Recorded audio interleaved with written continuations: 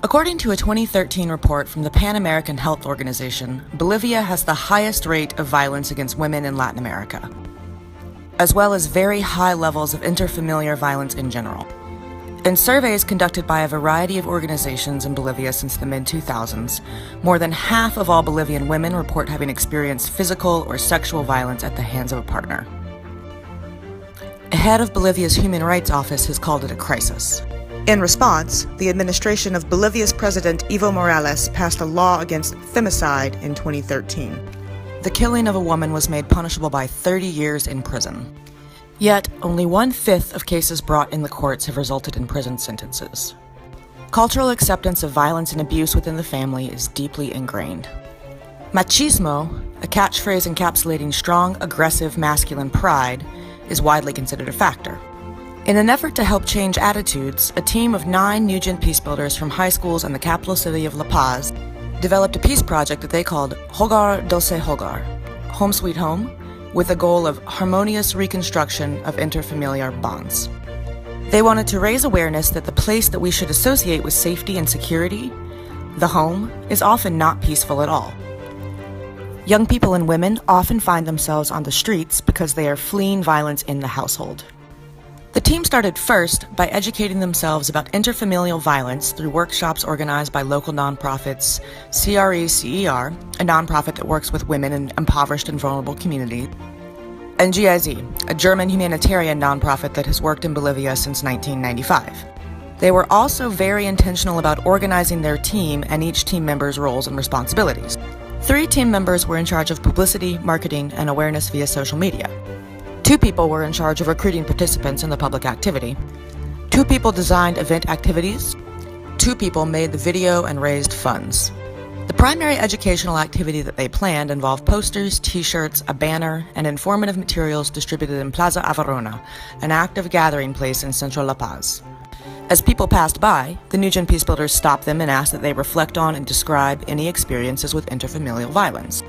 People also participated in an activity called Charging Batteries, sharing things they like or love about family life and what qualities make a safe and secure household. Over the course of the day, team members interviewed 70 individuals.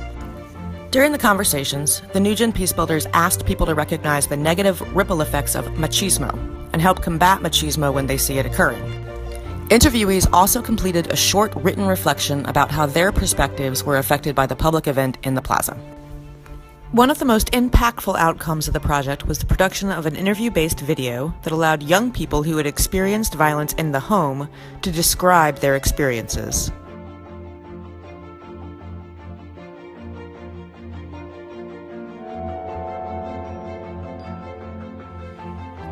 Me llamo Guadalupe, tengo 22 años y hace 3 años que sufro violencia dentro de mi pareja.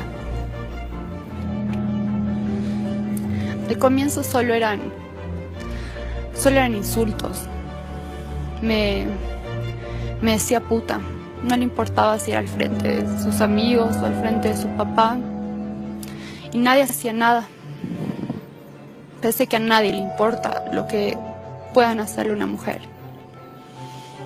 Y con el tiempo empezó a empeorar. Ya no solo me insultaba, sino que me pegaba.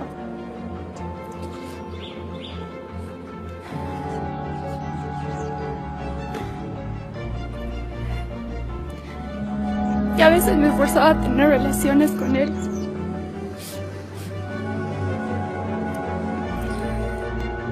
Ya no quiero vivir con violencia, pero tampoco sé qué hacer. Within a few weeks of the video's release, it was viewed more than 500 times. An accompanying Facebook page quickly gained more than 200 likes.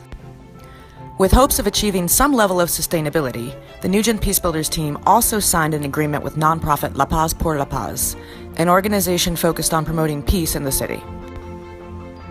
The Nugent Peace Builders asked La Paz por La Paz to establish a day of recognition against intrafamily violence in the city of La Paz. The team also asked other groups to support the effort, including Convo Mujer, Organizadora de la Mujer, Alcaldía Municipal de La Paz, and Defensoría del Pueblo.